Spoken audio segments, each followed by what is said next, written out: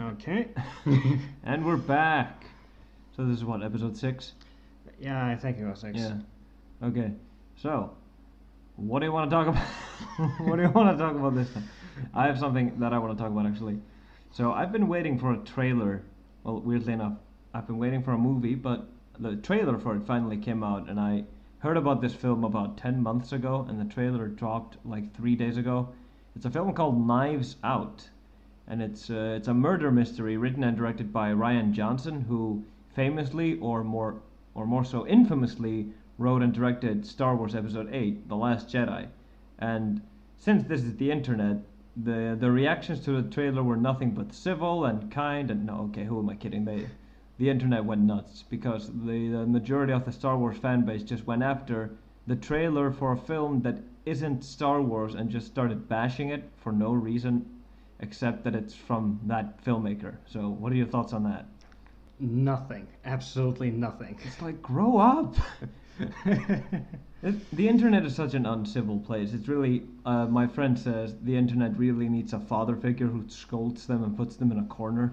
Leave Ryan Johnson alone. Seriously. He made Star Wars Episode 8. It's okay. It's fine. It's not the worst movie ever made. He's a competent enough director. He's made some good films. He made Brick and he made Looper. Have you ever seen Looper? Yes. I was rooting for the wrong guy. Oh no! So you were rooting for old Joe? Yeah. Yeah, me too. You know what's my favorite scene in that movie? It's where he's just outside the farm and Emily Blunt starts aiming the gun at his face. And she just go and he says, you couldn't scare a hobo with that thing. And she goes, it's a Remington something, and he interrupts just like, yeah, that's telling you. I say I'm not afraid, so describe the gun to me. And then he says, I'm gonna leave you alone. He goes like, I need to stay here on this farm, but I need you to show me on this map if these are the right coordinates. And what's that? It's a map. It's nothing but blunt sarcasm. And I like Looper. It took a few viewings. Well, it didn't take a few. It took a second viewing for me to really appreciate it. I really like that film.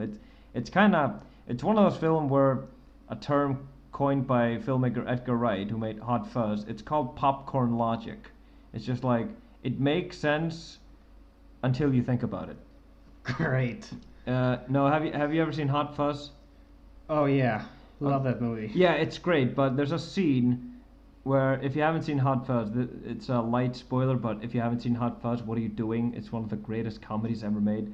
Remember where he's chasing one of the killers, and then it looks like they turn a corner, and then he's suddenly like 10 miles ahead of him. Well, not 10 miles ahead of him, but he's like really further ahead of him. But it turns out because there's multiple of those killers, and so during the director commentary, they talked about, yeah, it's really convenient that one of them was just hiding behind the corner waiting for his cue to run when the other one would stop. And then said, yeah, well, it's popcorn logic. It makes sense until you think about it. So, Fantastic.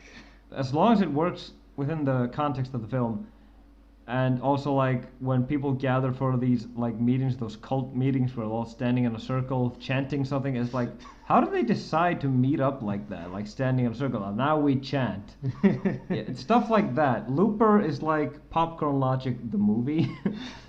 It's a great movie, but as soon as you start to think about every single like detail about time travel and other stuff like that, it kind of just falls apart. But it's a time travel movie, so don't even bother. They even talk about it in that movie. It's like, so what? You've done all this as me? And Bruce Willis just says, I don't want to talk about time travel shit.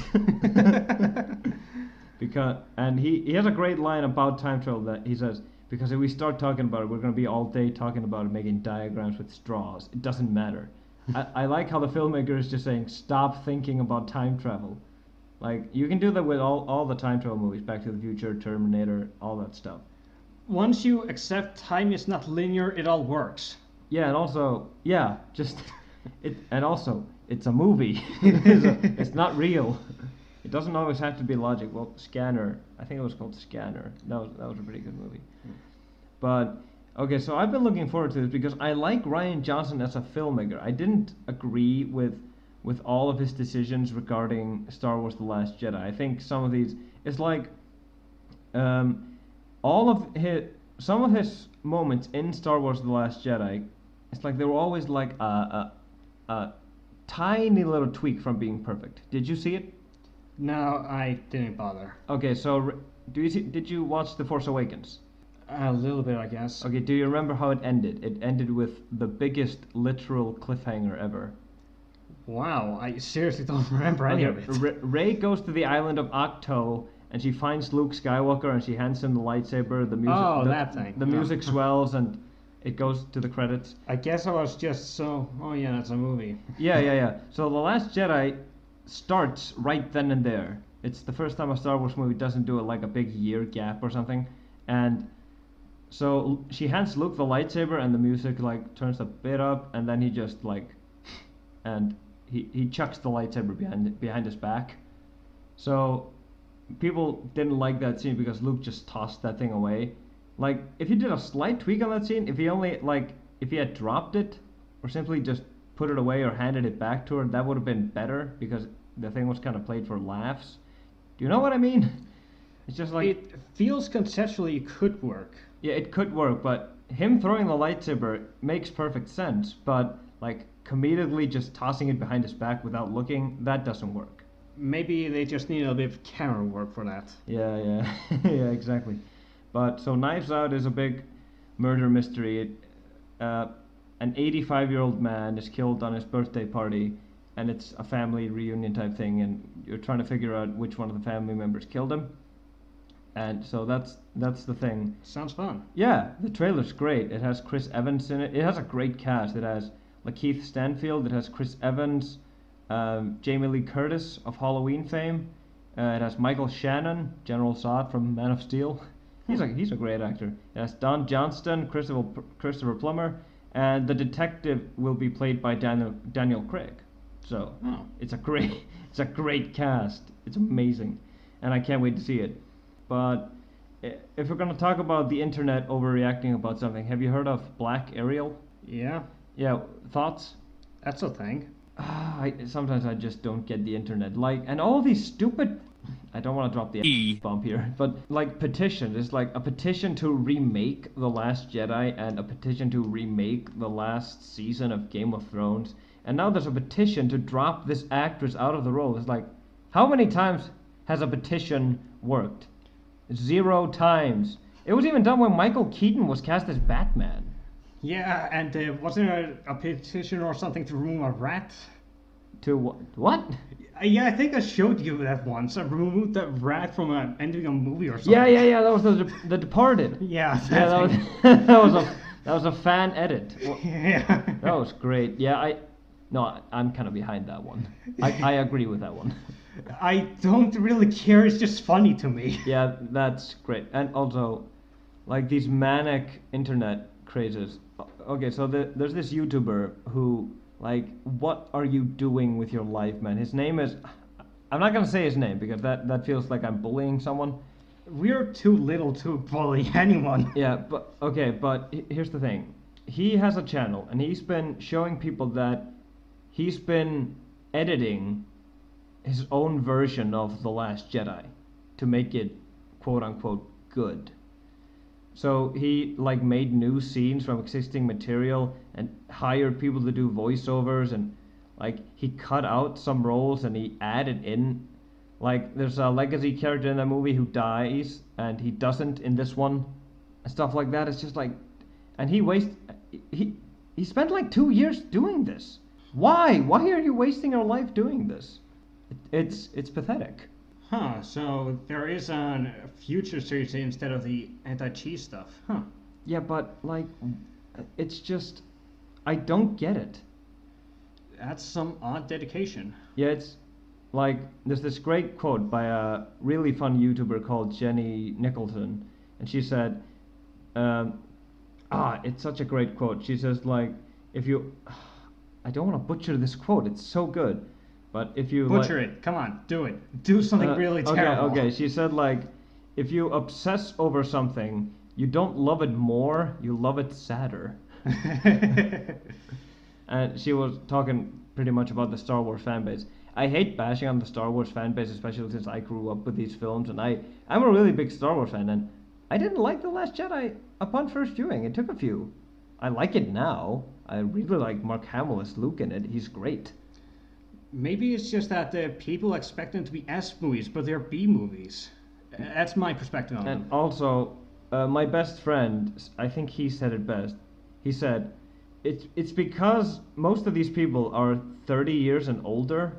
Like, that's not a joke. Like, most of these people who are complaining about this new Star Wars films are over 30 years old. He said, like, they've been expecting way too much from these movies, and a 40-year-old man, he can't enjoy a film about, like, spaceships shooting lasers the same way he did when he was a kid. It's true. Pop culture, man. It's really insane. But now let's talk about our remake of a game that we loved. No, that's the irony here. Yeah. Okay, Nitro Fueled. Yeah. Should we talk about the reward system? Okay, let's go with that. Okay. You see, you have to be connected online just to earn coins to get the rewards. You also have to be connected online to even access the store to get the rewards. Really? You can't really buy any microtransactions to boost it. The only other way aside from a daily grind online is idling. Yeah, I've been idling all day just to grind this stupid shit. Oh no. It takes like 3 hours just to unlock one character. This is horseshit. Yeah. This game hates me. So my brother, he has the emulated, like he can play the PS1 version in his computer, like his PlayStation. I think that's pretty cool that we can actually do stuff like that. Yeah, I also do with the GameCube. I've tried the PS2 emulation, but it pretty much destroys my PC now. Yeah. Okay, so when I played the PS1 version, I always wind up in first place. I'm pretty good at this game, but then after we did our last episode, we decided to play a couple of rounds of Nitro Fueled. And the graphics are beautiful, and it's such a good-looking game. But this game hates me. Like, every time I would try to turn a corner, I would fall off the stage, and what was that thing? Like, it happened to the both of us. We started on it was the space one, wasn't it? Electron Avenue? Yeah, and it hit us with some kind of zapper as soon as we were about to go to a jump raft, and we just both fell down. And then your character accelerated, and you were like instantly in like fourth or third place, and I was stuck. I was like almost a lap behind. It was horrible. And also when we did one of those levels, and I started out like, I'm starting off fairly good, and then I went like there was this like it was a trap or something, and it made me like go into a different direction, and then I was driving backwards. Hyperspace wave. Yeah, it's like if you turn left, you keep going, but if you turn right, you go into a circle, and I did that twice, and I was like, I'm an idiot. Yeah, you were supposed to go on an S, but you decided to go in a circle. Yeah, I did a figure eight. It was horrifying. Okay, so like I've been watching some stuff lately. I finally got caught up watching the 5th season of Brooklyn Nine-Nine. I've been stuck on Netflix for seasons 1 through 4. Have you ever watched Brooklyn Nine-Nine? Never heard of it. You should. It's such a good show. I think you'll love it. Live action? Yeah. Don't care. Oh yeah, I forgot. You have that thing. But okay. Okay, maybe we can talk about something here. Have you seen the 2nd season of One Punch Man? Yeah. What did you think of it? It's alright. Yeah. Some people were disappointed. I didn't really care It's much. pretty lackluster. I think that's just because you compare it to the 1st season. Yeah, and The also first season new is- and different. Yeah, the 1st season is so good. Yeah, it was such a new and great thing. But it has some good elements in it. Like, it's still a really funny show. Yeah. I like the fact that Saitama found his rival in someone who keeps beating him in a video game. That's his big rival.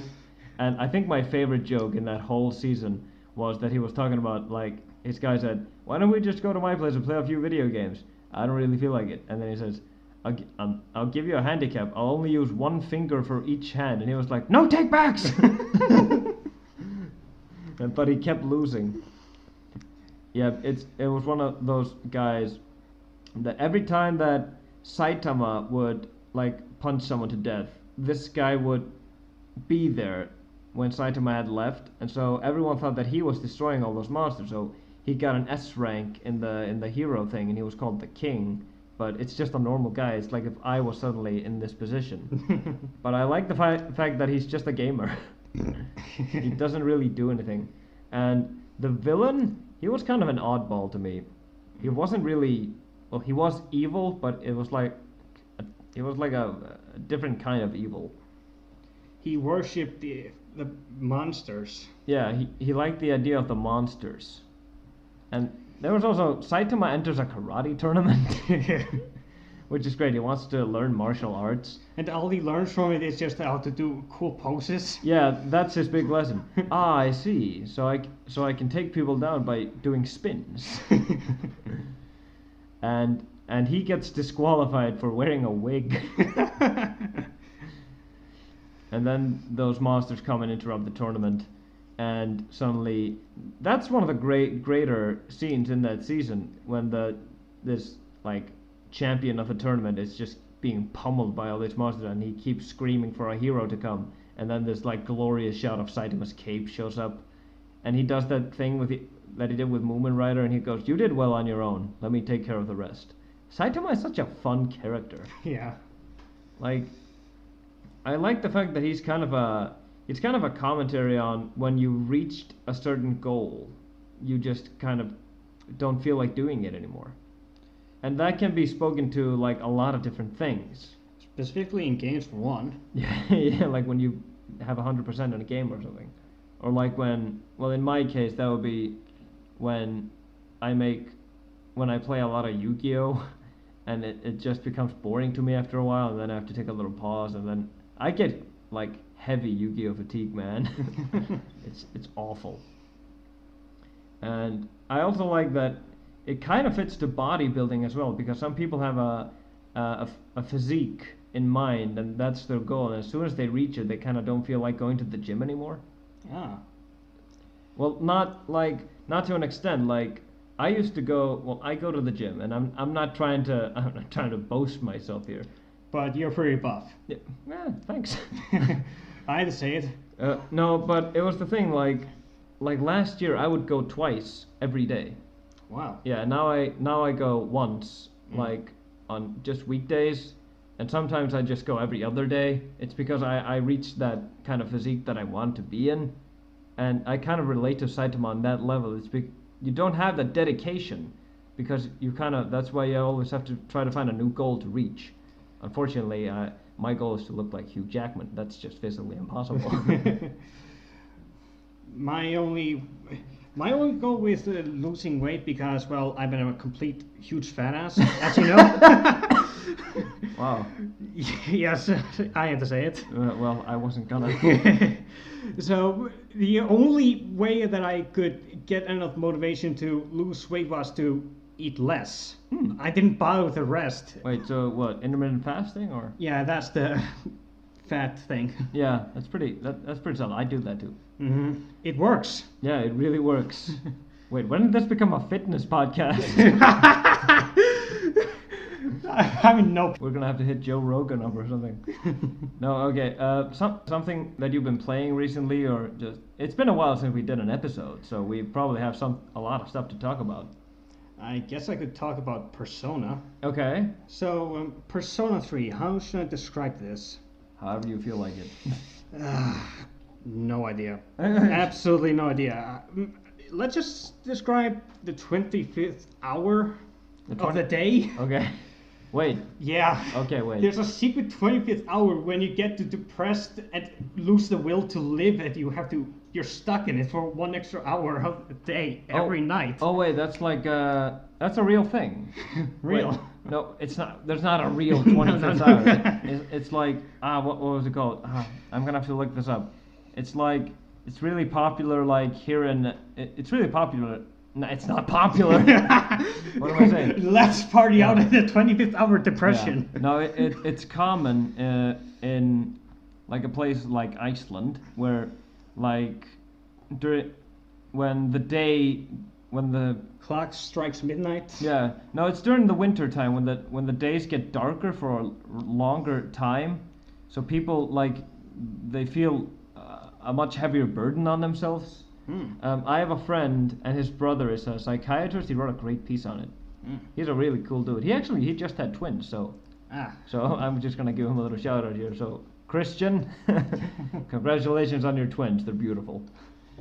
Okay, so to continue, the whole thing about it is that you fight monsters, and the way to do it is to shoot yourself in the head to summon demons. Wait, what? Yes! The demons of your soul or something. Oh. I only watched like the movie series. There are like 4 movies. I didn't bother to play the games because they're 100 hours long and they're hard as shit. Oh. Jesus. This is why I don't play video games anymore. The only like video game I've been playing recently a lot, and even I haven't been playing it for weeks now, but it's called Yu-Gi-Oh! Zale World Carnival. It's just they took an arc of the first season and they just made a game out of it. Oh. Yeah, so you can just play through that arc as like 3 characters or something, or 4 characters, and you have cutscenes and stuff like that. But it's just playing the game. So yeah, but recently I've watched in a strange row. I went through all the X-Men films again. Oh. Except Origins. I saved the best for last. No, I didn't. No, it's because my girlfriend, she's seen the X-Men movies now in the weirdest possible order any person has ever seen them. She actually saw X-Men Apocalypse first. Oh. Yeah, she watched it because Evan Peters is in it from American Horror Story, because she wanted to see him. He plays Quicksilver, the guy who runs fast. So she saw Apocalypse first. Then she went with me and my best friend to see Dark Phoenix. Oh. So she saw both the worst X-Men films first. And then we watched... Let me stop you. She's watching it in crapological order. Yeah, basically. And then we watched First Class. No, wait, she had seen Apocalypse, and then I showed her X-Men First Class. Then we saw Dark Phoenix, and then after seeing Dark Phoenix, we had to like shower it off. So we watched Days of Future Past, which is really good. And then we watched the original X-Men trilogy. So, and the only thing I can get out of these movies is that no one will ever be able to replace Hugh Jackman as Wolverine. Like, you don't see the actor in that role. He just becomes the character. Yeah. And there are some great moments in these films. Like, they're pretty corny, but they kind of have to be. They're early 2000 films where the superhero films hadn't really like went crazy. Like the X-Men films came before Spider-Man, before the Raimi trilogy, which, by the way, we'll have to talk about at some point because those films are so good. Yeah. We both love them. Third one? Come on, say something. It's amazing. Great. Right answer. I love it. So bad it's good? It's corny. The best kind of corny. It's like when people say that Batman and Robin is just like if the 60s Batman show had a bigger budget. It's like Spider-Man 3 is like the 60s cartoon live action. No, but I like Spider-Man 3, but okay, but her ranking of the X-Men trilogy, like X-Men X2 and X-Men The Last Stand, she puts like X-Men 1, then X-Men 3, and then X2. I've never heard someone put X3 over X2, but like opinions are opinions, man. I kind of like it. And now that Dark Phoenix and Apocalypse exist, X-Men 3 really isn't that bad. It has really good elements in it, like Kelsey Grammer as Beast. He's really good. And also Magneto and Professor X are always good. As I said before, the only thing I care to remember out of X-Men 3 is the I'm the Juggernaut bitch meme. Yeah. I mean, Juggernaut is my favorite character in the X-Men. There was a great PS1 X-Men game, fighting game. Yeah, that one. Yeah, the fighting game. There were 2 of them, I think. I think I had the second one. You had the 3D one at least. Yeah, I like that game. Everyone hated playing it against me because I would always want to play Nightcrawler. So that's like you were always grappling them and something. Yeah, and it's basically like when you play as Scorpion in Mortal Kombat and you keep teleporting to hit someone. It's just like you want to slap the bastard. Yeah, that was a pretty good game. I've always liked Nightcrawler, which he's pretty good in X-Men 2 as well. But well, as long as we're on an early 2000s superhero role here, want to talk about the Spider-Man movies? Because why not? Yeah, okay. So what should we start with? The train scene or something? Yeah, from Spider-Man 2. Yeah. That scene is probably one of the most perfectly structured fight scene in any superhero movie ever. It starts out so wild. They start fighting on top of a clock tower, then they fall down onto a moving train, and then they keep fighting on that train. And have you seen the extended version of that fight? No. Okay, so Dr. Octopus holds Spider-Man out on the side of a train, and he gets hit by another train, and then he just comes back. Wow. I get why they cut it. The scene feels like from 0 to 100 to back to 0 in a moment. Yeah. Do you have a favorite moment in these movies? Because, like, except every time Willem DaFoe is on screen. Nope. I don't think I have any special moments. And also, I think when I watched the first one, I was scared shitless of Willem DaFoe. yeah, why would you even put that man in a goblin mask? He looks like a demon. He's one scary ass dude, but he's a great actor. I love Willem DaFoe. He's one of my favorite actors ever. And also, no, I'm not going to tell this one. I told this one way too many times. But I think one of my... Well, you are on a podcast. You can spread the word around. Yeah, okay. I'm just going to drop this here. Apparently, in Hollywood, Willem DaFoe has the biggest ding-dong. Ooh. Yeah. Wow. Woo! No, supposedly he has the biggest dick in Hollywood. He's not the biggest dick. He has the biggest. Okay, so there's a scene in a film that Willem DaFoe did called Antichrist, where there was supposed to be like a really graphic sex scene. It was supposed to be a close-up of the genitalia like penetrating. Oh. They had to get a porn actor to be Willem DaFoe's penis double. This is a true story. And Lars von Trier, you can read it in an interview with Lars von Trier. He says, like, I'll never forget the day we were supposed to shoot that scene. DaFoe showed up, he dropped his pants, everyone was confused. So yeah, and also there's a film from 1993 called Body of Evidence, which was supposed to be like Madonna's big film with like really steamy sex scenes and stuff like that, and she got to pick any actor to act against her, and she picked Willem DaFoe. So at least he has that.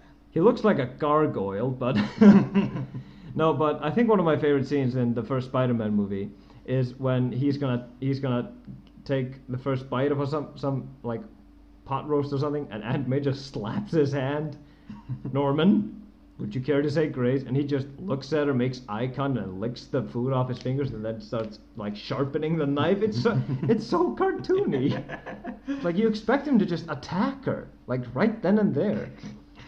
And what are your thoughts on Tobey Maguire as Spider-Man? It's alright. Yeah, I like him. He's not terrible. Also, he's like the first, so you can always compare him now, but at the time, I think, honestly, he was the perfect choice, because Spider-Man is not supposed to look handsome. He's supposed to be a doofus. An absolute dork. Yeah. Also, I admire the fact that Tobey Maguire is one of the actors that, like, pioneered the superhero body. Remember, after he gets bit by the spider, he goes into, like a coma for a day or something, and then he wakes up, and he just has a shredded friggin' six-pack for, like... And it's like a 10-second shot. I admire the fact that he did that, because for the rest of the film, he's in a latex suit. So he doesn't have to be this buff. It's like when you put on it's like if you were to be Batman or something. You don't really need to be that buff unless you're going to a really tight suit. Well, George Clooney could have been fat in his one, because the suit was made of something else. It wasn't latex. It was a really sharp suit. The pinnacle of those films is Spider-Man 2. It has the best like script, the best direction. It's directed always by the same guy, Sam Raimi, but it also has great cinematography. The performances are all on point. The action is still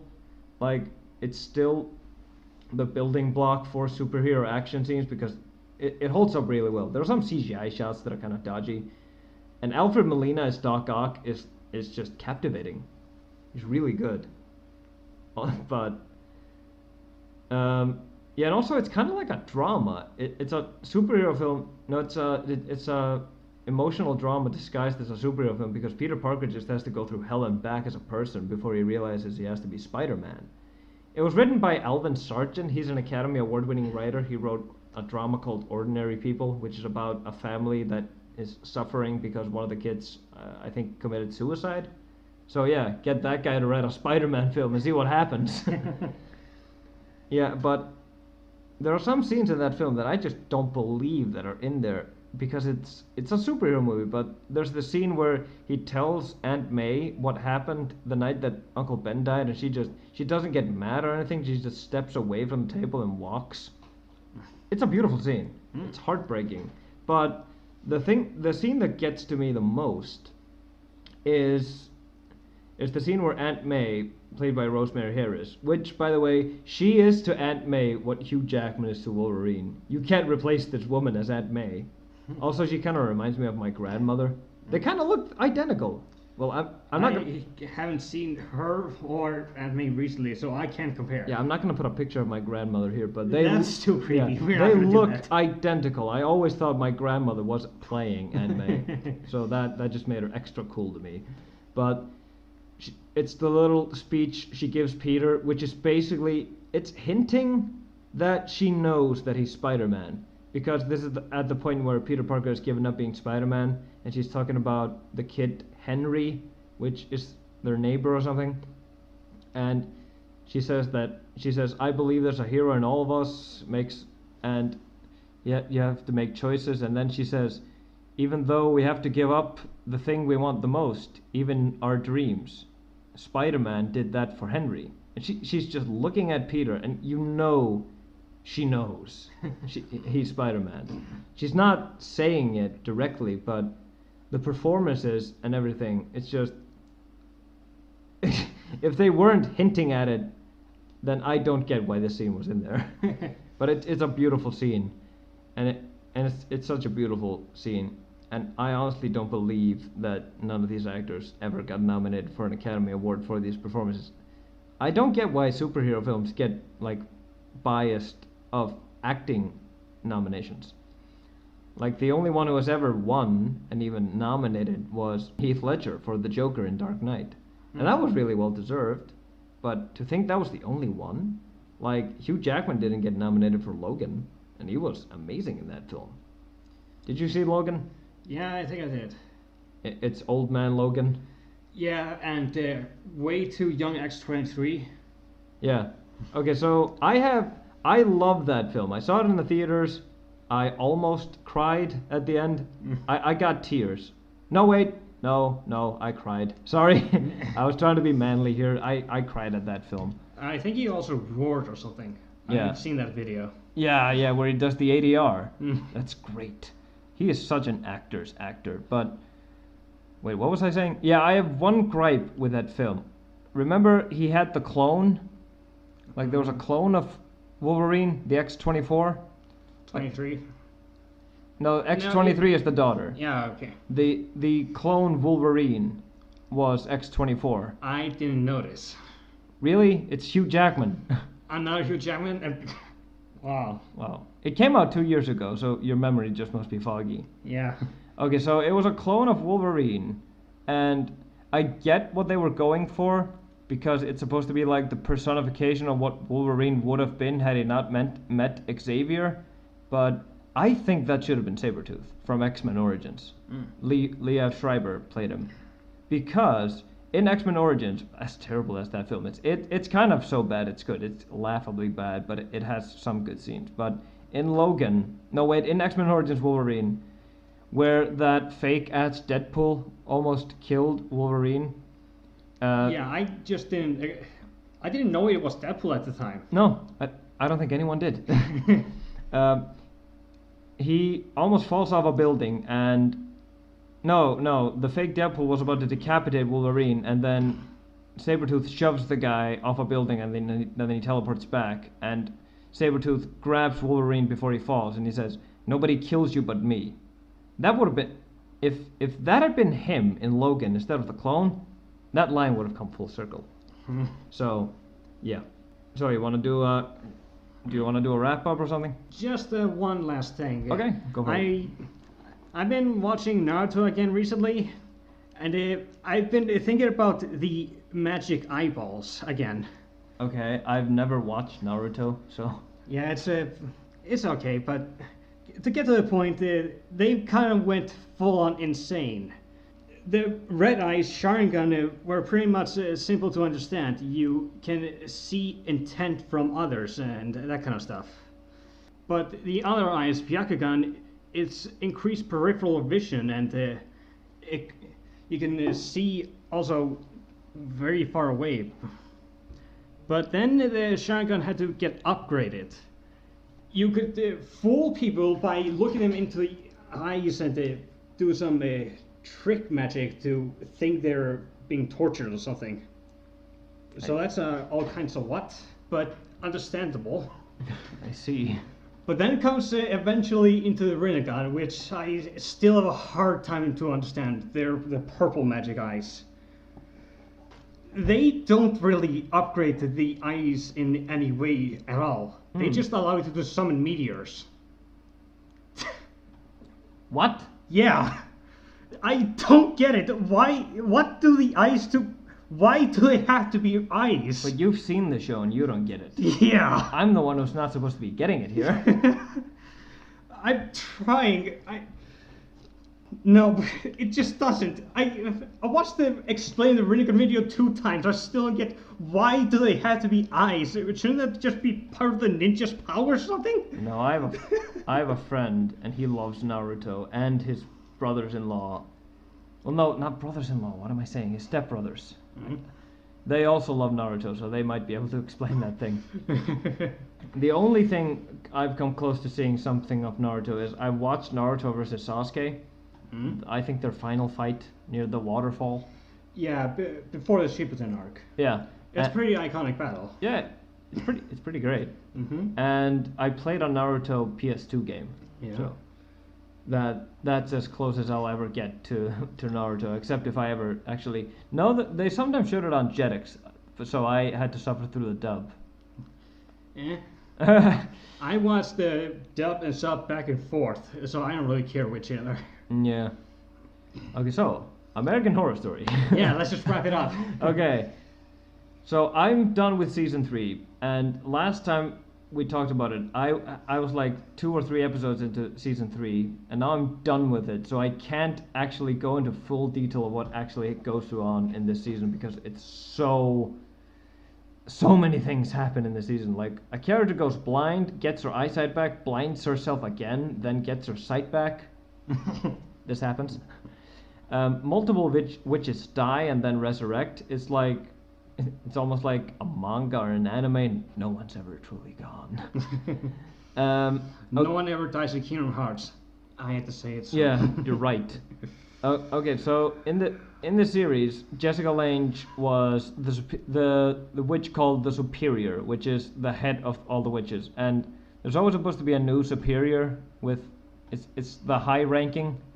So when a new superior is emerging, the older one starts to degrade of powers and stuff, and they're trying to figure out who it is. But she's kind of evil, so she doesn't want to give up her mantle. So when she believes one of the younger witches is the superior, she kills her. But then they do a ritual to bring her back and stuff like that. And there's also a tribe of voodoo witches, so it's kind of like a race war. And she teams up with the head witch there, so she can like gain immortality. And there's a great character. He's called, I think it was called Papa Legba. He's like Death in this universe. He's a witch doctor. He looks like an African witch doctor, but he has a top hat and cape, and he sounds like Spawn. He sounds like Keith David, except it's not Keith David. He has a really cool voice, and he grants you immortality in exchange for in exchange for you do him a favor each year, and it's kind of testing like how far you would go to not die. And there's also a character that was buried alive for 180 years, alive because she was cursed with immortality. I think I talked about this one. She should be blind. And so a lot of stuff happens in this season, and they go through something called the Seven Wonders, which is a ritual to try to find out who the next superior is. And one of the trials is trying to get back from a spiritual realm, but if you get stuck, you're stuck there forever. It's like limbo or purgatory, and one of them gets stuck and she kind of turns into dust, so she's dead. And it turns out Jessica Lange's daughter, who was thought to be like worthless and not deserving, she turns out to be the superior, which she deserved it more than anyone. I'm kind of blanking on the season because I think I finished it like a week and a half ago. So it's not as fresh in my mind as the other two seasons because I had always just finished an episode before I came. So I've just started season 4. It's called Freak Show, and this one happens in a circus. And there are a bunch of freaks, and not all of the freaks, but most of the freaks are played by actual like deformed people. And some of them are really good actors. Like there's this one guy who's tall, but he has like short arms. He's great. Sarah Paulson plays Siamese twins, which must have been a bitch to do because one of them is blonde and one of them is brunette. So that must have been a lot of makeup, and I can't imagine the hell they went through just to do that stuff. So a new guy comes, played by Michael Chiklis, and he's a strong man, and he makes a deal to be one of the circus. But turns out he's trying to like kill and take the freaks away one by one so he can sell them to this guy who puts them in museums. It's always like this. These seasons are just filled with the most evil people on earth. But this season has been pretty good because of how the characters act. It's kind of like X-Men. Like they've been like embarrassed and outlawed and humiliated because they're freaks, and they're trying to make an uprising to prove that they're not worthless. But a side plot has been there's this clown, which isn't part of the freak show, who's been murdering people. It's kind of like John Wayne Gacy, but he's not a pedophile. He just kidnaps people and then kills them. And he once he gets them back to their cage, he like does performances for them, and if they hate it, he tortures them. And so some guy spots him. There's like two subplots. They split down into, there's a mother who has a son, and the son is like insane, and she actually hires the clown for his son. And then the son wants to be like a disciple to this clown, but then he kills him. And the son is like deranged. He's like, he just goes insane. And the actor's really good. He really sells the job of being mentally deranged. And my girlfriend kind of joked that he kind of acts like all these internet trolls, because there's a scene where he's just yelling, I hate you, I hate you, I hate you, you didn't do what I wanted, I hate you. And it was that's the Star Wars fan base. So but this season has been really good. It's kind of hard to describe it because there's so much going on. Like I said, there's a killer clown, there's a deranged son who's a serial killer. There's a salesman trying to get the freaks to a museum, and then there's his business partner who's in love with one of the freaks, and it's kind of all over the place, but if you watch it, it makes sense. You know what I mean? Yeah, I think so. And the plot has just been like absurd. And also Kathy Bates plays a bearded woman, which is one of the freaks, and I don't think she decided which accent she was supposed to use, because she keeps like, I think it's supposed to be Irish, but it keeps falling flat. But I think my favorite episode is the Halloween episode, because there's this old myth of a freak who was born with two faces, one face in front and one at the back of his head.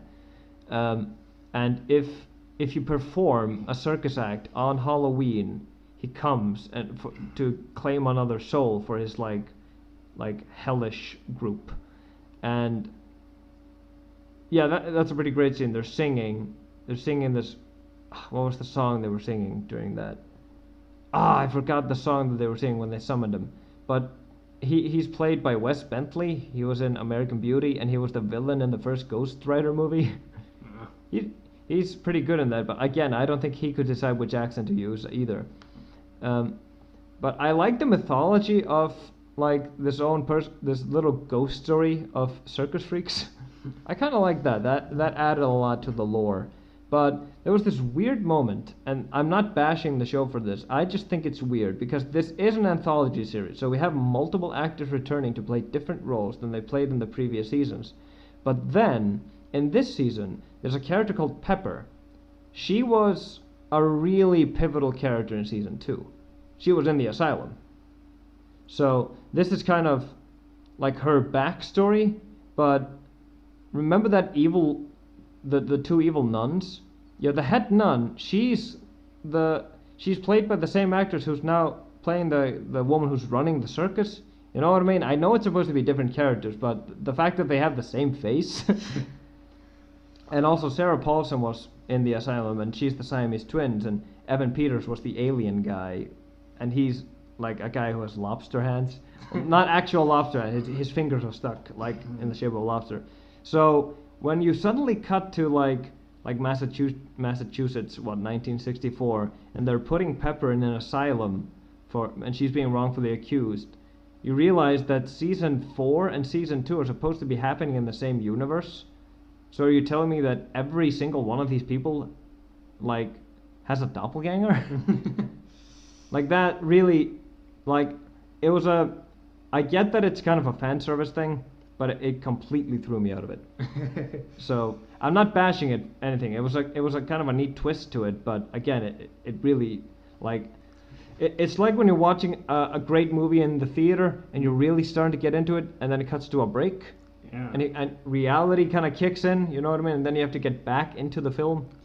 Yeah. Yeah, that's what happened. Mm-hmm. It kind of just like I just went whoa.